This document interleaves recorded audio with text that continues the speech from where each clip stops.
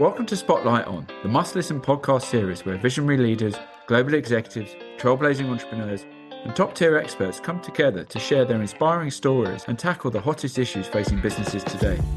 Brought to you by the Barton Partnership, an award-winning global talent solution organisation, we specialise in executive search, independent consulting, and consulting solutions from strategy through to execution. Our mission? To help businesses accelerate their growth by connecting them with world-class strategy and transformation talent. Tune in and join us as we shine a spotlight on the game changers and thought leaders who are shaping the future of business. Welcome to this episode of Spotlight On for the Women and Leadership podcast. This episode is titled Lesson from the Boardroom and What I Wish I Knew Earlier. Today we're joined by Lynda Clarke, UK General Manager at Nayax, a global fintech delivering innovative payment solutions. Lynda's career spanned over 15 years in the payment industry across Europe and the Middle East, with leadership roles including COO at Tribe Payment, Chief Revenue Officer at Network International, and senior position at Barclays. She's been recognized among the top 50 women leaders in financial technology and the top 25 women leaders in Europe. In this conversation, we'll explore Lynda's journey into the boardroom, the insight and challenges she's faced along the way, and her bold and strategic vision for the future. Known for her inspiring leadership and commitment to breaking down barriers for women in male-dominated industries, Lynda is a passionate advocate for diversity, equity, and inclusion. She champions the idea that transformational change is driven by the compounding effects of small and meaningful improvement. So Lynda, welcome to Spotlight On. It's a real pleasure to have you with us. Thank you. Thanks for having me. First of all, I'd like to understand better your path to leadership. Could you describe what it was like? Was it planned or did it evolve organically? Definitely wasn't planned. I mean, I didn't sit there in my teens and think, you know what, I'm going to be a payments leader when I grow up. Actually, I think I wanted to be a vet when I was very young until I had decided what I didn't want to do that anymore when I found out what vets really do. My path to leadership was definitely organic. I didn't really have a linear career path at all. I think it was more about just following opportunities, being brave when needed to take those opportunities and take a few risks every now and then and say yes to things. I started in the leadership side, it feels quite a long time ago now, but certainly wasn't planned, to answer your question. Definitely just taking opportunities, working really hard to succeed in those and trying to overcome any fears that might be there to stop you from taking them.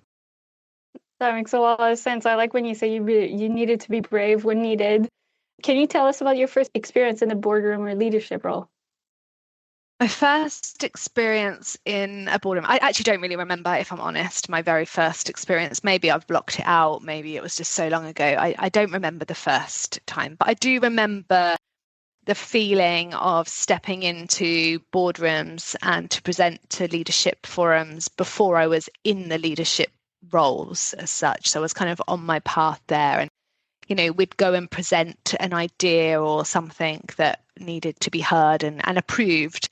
And I do remember that feeling, and both of nervousness and excitement and adrenaline and trying to prep and work through what might be asked of you, and then actually it never being as bad as you think when you go in the room, because everyone's just people at the end of the day. I do remember having a few boardroom or just leadership meetings or senior management meetings where I've walked in and been the only woman in the room, which is something that a lot of women in the industry will understand. And that can be quite intimidating. Having to have a voice in that is sometimes a little bit difficult. But I don't remember my very first time in the leadership room, but I do remember having lots of experiences that have taught me lessons in listen before you have an opinion. Make sure that you're not frightened to speak out if you do have an opinion and that your opinion matters. And to always be prepared, good Girl Scout. Is that one of the things you wish you had known before stepping into those rooms today, looking back? I don't know. I think there's so many learnings in leadership, whether it's stepping into the boardroom or the management meetings, leadership meetings, things I'd like to have known. I think being confident enough to challenge, even if you don't know all the answers, you might get things wrong. That was probably something I didn't do well for the first part of my career, is just assuming everyone knew better than me. I was in leadership roles from quite a young age, and I had this thought that, if people were bit older than me or had been around in the roles longer than me, that actually their opinions were perhaps more valid than mine. And in some cases, it's absolutely true because they've built that experience through. And in others, it's not. And probably some of the biggest learnings I had was when I didn't really feel confident enough to have a voice in those moments, and being okay that actually I might be wrong about something, even if I do challenge it. But sometimes challenging isn't because you believe it's wrong, it's because you don't understand something. And I think as long as you're doing it in the right way, that it should be acceptable to do that. So certainly, I think my first learnings were probably that, being able to feel confident enough to have a voice in the first place. So when we caught up recently, you mentioned that in your first few executive roles, the mistake you made was jumping into assumption and seeking challenge or changes too quickly. You spoke about an absorption phase. Can you explain to me what that means and how you learn from it? It's probably some of my biggest learnings is you start gathering experience and you do become what you consider more expert in your field and your role. And then you go into an organization as perhaps someone that knows quite a lot about the subject, but you can jump to conclusions really quickly thinking that way.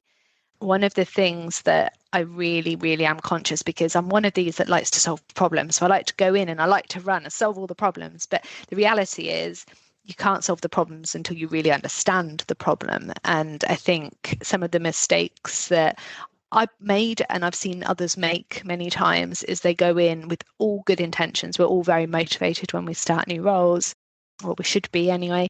And going in trying to solve those problems before you've actually spent time getting to understand what they are, why they are there, and what's happened. And so I think when you start in a new role, whether it's an internal move or a new company, it's really, really good to absorb when you go in. Spend a few months just really learning and absorbing. Of course, there'll be things you have to sort out quicker, and you won't have the benefit of being able to do that. But as much as you can, absorb information around you. And I have this theory that any assumptions that I make in the first few months in a role, I kind of write them down and put them in my fake box. It's not really a box, but you put them in the box, and then a few months later you get them out. And if those assumptions are still real, that they probably need resolving and sorting out. Often, probably 50-60% of those assumptions are probably vanished because actually you start to learn about different things and understand the context around things. So I think it's really, really important to have that absorbing stage in the beginning of any role that you're going into, to allow yourself time to really understand the problem deeply. It comes across as emotional intelligence as well. Do you think it has a big place in leadership roles or boardroom success? Oh gosh, yeah. I think leading people is all about emotional intelligence, right? I would never claim to be the most intelligent at all, but we can learn new things, right? We can learn them. It's really hard to learn people and understand people. And if you cannot, as a leader, adapt your style to be able to work through what motivates different individuals, what doesn't, and, culturally as well, like understanding different cultures, many different, even male to female, everybody is so different in the backgrounds. And if you're unable to take a step back and look at the bigger picture, I think that is not going to make a great leader. So I think my opinion is emotional intelligence is often more important than IQ. Like, you can hire really good, smart people, but you can't lead if you don't have good emotional intelligence, certainly not successfully, in my opinion. Tell me about self-doubt and imposter syndrome. Did you experience it earlier in your career? How did you handle it? Yes, I still have it now. No, it's not about early career. I think I definitely still have imposter syndrome. And do you know what? Every leader that I speak to, it doesn't matter if they're male, they're female, everyone has it in some form. And I think it's okay, actually. I think the way to handle it is just accept that it's normal. And actually, if my ego was so big that I believed I was brilliant at everything, I probably would be just barging around doing the wrong things all the time. So I think it's okay to have imposter syndrome. You don't want it to overwhelm you and consume you and stop you from doing things. So you have to find that balance of just accepting that it's absolutely normal and that everybody has it. But trying to think logically, I always say, and I think I annoy lots of people, what's the worst that's going to happen by doing this? And really think about, what is the worst that's going to happen by doing this? Can I say yes? What's the worst that's going to happen if I say yes to this? And really most of the time, the imposter syndrome is totally us being completely irrationally hard on ourselves and not real. And we always go to the disaster zone rather than actually the logical zone. So just taking a step back, thinking very logically, what is the worst that's going to happen? And really, is that really going to happen? And then kind of talking yourself out of that. But it's going to happen. And I'd be more worried if I didn't have it from speaking to people. Most people have this. And I think it becomes that balance and guide of, step back, actually. You think about things a bit more, you step back and really accept that you don't know everything. So you maybe study a bit harder, or you prep a little bit more, or you put that extra effort in. And maybe that's actually what makes us succeed. Talking about mindsets, what personal habits or mindsets have helped you to grow as a leader, a team leader even? Oh, that's a good question. Do you know what? I think people know that I have this 1% mantra, and it's in many books as well that you can read about. Real change doesn't come overnight. It doesn't come from one big thing. Of course, sometimes it does, right? There are always exceptions, but normally change comes from a series of things, all of those little things that we do every day. So if we're thinking about how do we, whether it's leadership or anything you just want to succeed in, what are we doing every day just to move that needle 1%? If you can move it 10%, great. If you can only move it 0.5%, great. But as long as it's not going backwards, then there we go. And I think each day it's, did I get through all my to-do list today? No, never do. Never do all the things that you want to do on your list. But did I do some things that moved the needle 1% each time? And I think that's how I tend to approach things. So coming into new roles or into something I need to change, actually breaking that down into executable 1% of things that I need to do. That's what really moves the needle. I think that's how I try and push my mantra and the habits that I try and form. You've spent 5 years working in the Middle East. What cultural difference changed your approach? So I've worked across multiple different geographies. Middle East was really interesting for me. Obviously, it's harder to maybe be a woman in some respects in a working environment there. Luckily, I had very supportive senior managements and team. But of course, I would walk into a room and it'd be me and 20 men, and they are also nervous of that as well as me. So it's about reading the room. It's about earning respect, I suppose, in showing that you actually know what you're talking about, having a voice, not being afraid to have a voice. There's no point sitting in the room if you're not contributing to it. So I think having a voice, that really helped me to build confidence, to have a voice. Learnings from it are so many. We go back to that emotional intelligence question, coming back to how do you deal with different cultures. It's really just understanding that not everybody has the same perspective and that you need to understand those perspectives. And actually, the more culturally aware you are, the more you let in perspectives, the better decisions that get made. So I think it's just being culturally aware, understanding that we come from different backgrounds and different ways of thinking, and that's okay, and that not everyone has to think the same way. That really did help me, I think, in then being able to manage different types of teams over the years, because after the Middle East, I then managed teams across the globe, but remotely, So actually then having that experience of different cultures helped me to build those relationships and actually understand how to do that as well. So I think I got so many learnings from living there, just different ways that things work. It was incredibly interesting. So you were recently globally recognized as top 50 women leaders in financial technology in your field. It's a huge accomplishment. Congratulations, by the way. Thank you. Can you describe to me the responsibilities that come with that title? Do you feel any platform or responsibilities that you can use to champion or mentor other women in leadership position or in your own team, maybe?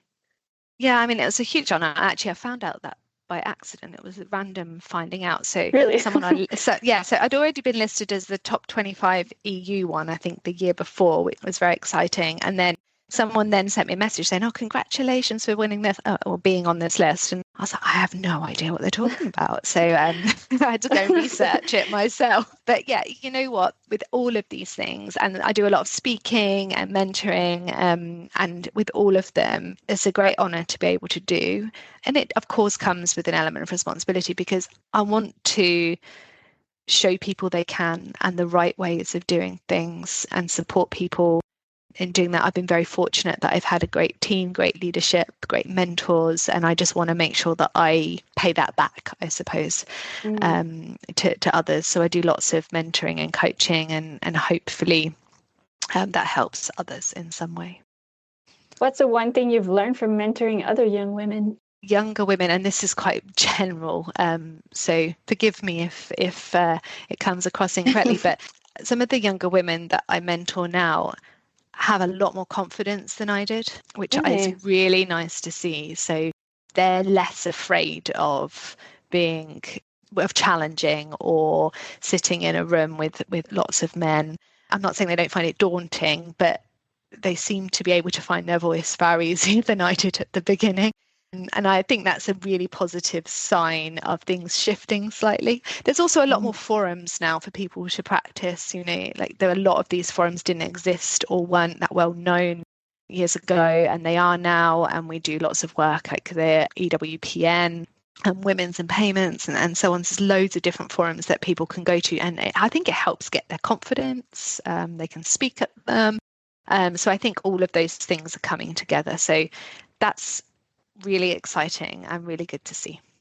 So knowing what you know now and what you just told me about confidence in younger women and how you might not have that amount when you were younger, what would you tell yourself today? You could go back and give yourself a message on this. I mean, I'm not sure I'd change anything massively, because I do believe that you go through things to learn, right? So I don't want to think that I would have changed massive things, because actually everything that went wrong provided me an opportunity to do something different or right in the future. But if I was to give snippets, I would say sometimes slow down and just learn. You don't always need to be biting the heels for the next thing. Sometimes you just need to slow down and learn, and actually that learning process is what you need to go through to achieve more and have a voice. Just because someone has been doing something longer than you doesn't mean that you don't have a valid opinion about something, and being confident enough to do that, but also be able to take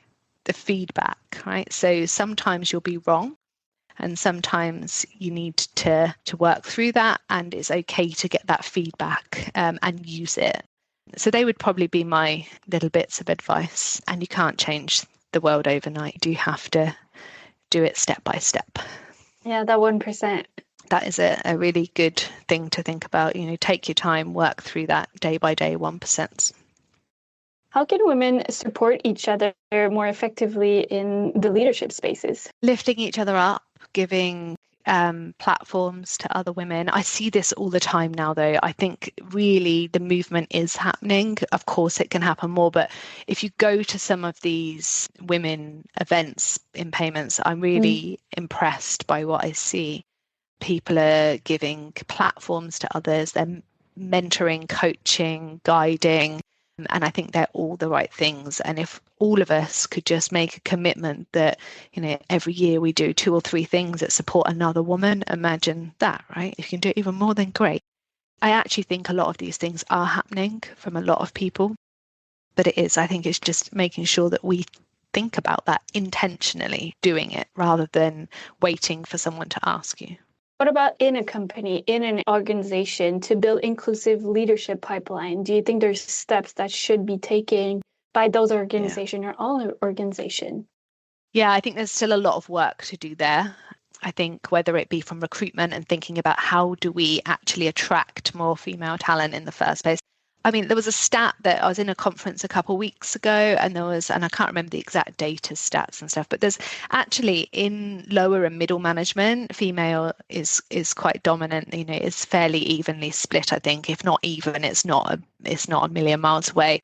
But it's as we get into the executive levels that it really declines, right? So it really declines in the kind of senior leadership and executive side. And I think companies need to ask themselves, why is that? Sometimes it's because obviously the women have the babies, right? Like it's nature.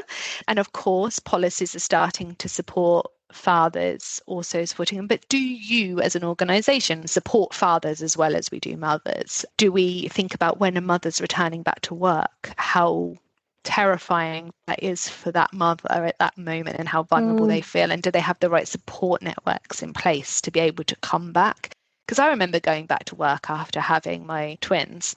All you've done is think about babies for months, and suddenly you wonder, and self-doubt and that imposter syndrome comes in of coming back into the working environment. Who's there to support that woman, to tell her, that's normal, that's okay, this is how you're going to feel to start with, and all the guilt that comes with it? Are there support networks within your organization that allow that? Because that's one of the reasons there are less women in the top. It's not the only reason.